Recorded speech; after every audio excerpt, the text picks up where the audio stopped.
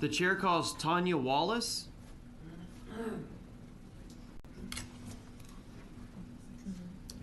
Is that accurate? 179. Good evening. My name is Tonya Wallace, and I'm here for myself and my husband, Anthony Wallace. And I am for the House Bill 575. Thank you. You're welcome. I wrote some things down here, and after listening to people's testimony, I think I want to say things a little differently. I have a grandson. I only have one son, and I have a 5-year-old grandson that I've never got to see but one time. As a grandparent, it's been 5 years. I saw him when he was 8 months old. So as you can see, the pain never leaves us when we don't get to see our grandchildren. I do have something here I do want to read. You might see me smiling, but what you don't see is that I'm screaming behind that smile. You see me going on with everything, work, groceries, life in general. What you don't see is that it takes every ounce of energy to breathe. You see me sitting alone with my thoughts. What you don't see is that I'm talking to him, Jesus. You see me sitting alone with you hear me say, I'm fine. But what you don't see is the huge hole in my heart that can never be filled due to the pain. You see me think she's back to normal, but what you don't see is there's no normal for me anymore. You see me and you think, oh my God, I hope this never happens to me. What you don't see is that as much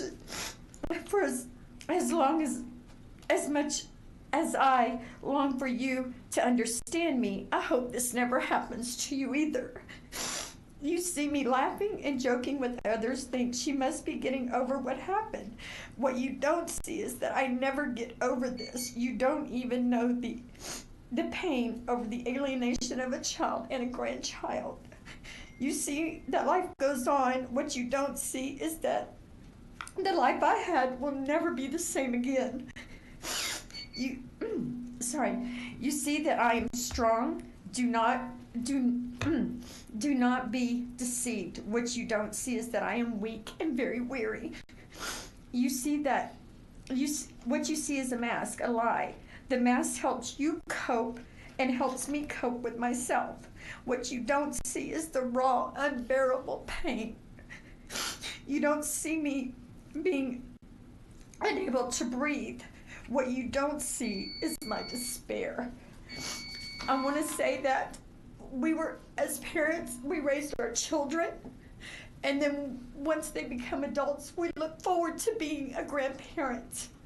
And the way that the law is written today, it's not giving me that right.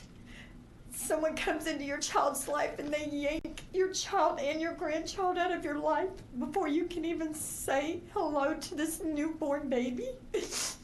It's hurtful.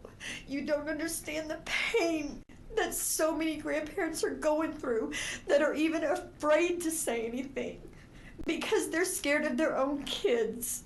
It's taken me 5 years to finally hire an attorney and go to court. My court is set for May 7th, and the only thing we can file for is for conservatorship. And this is awfully painful for me to have to take my son to court to see my grandson.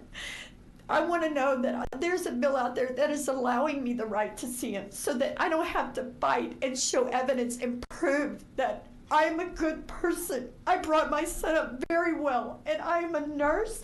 I'm a pediatric nurse, and I have nothing but love in my heart for children. And there's no reason, and a lot of us grandparents, there's no reason for us not to see our grandchild. It's a lot of the way that the kids have been brought up. We're not allowed to hit them, spank them, nothing anymore, and so they have run our life instead of us showing them how to live. Instead, CPS has come in and said, you can't even spank your son on the back.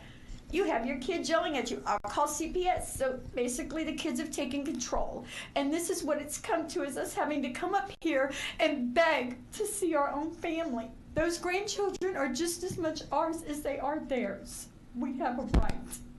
Thank you, Ms. Wallace. Members, do you have any questions for Ms. Wallace? Thank you for your testimony here today. Thank you.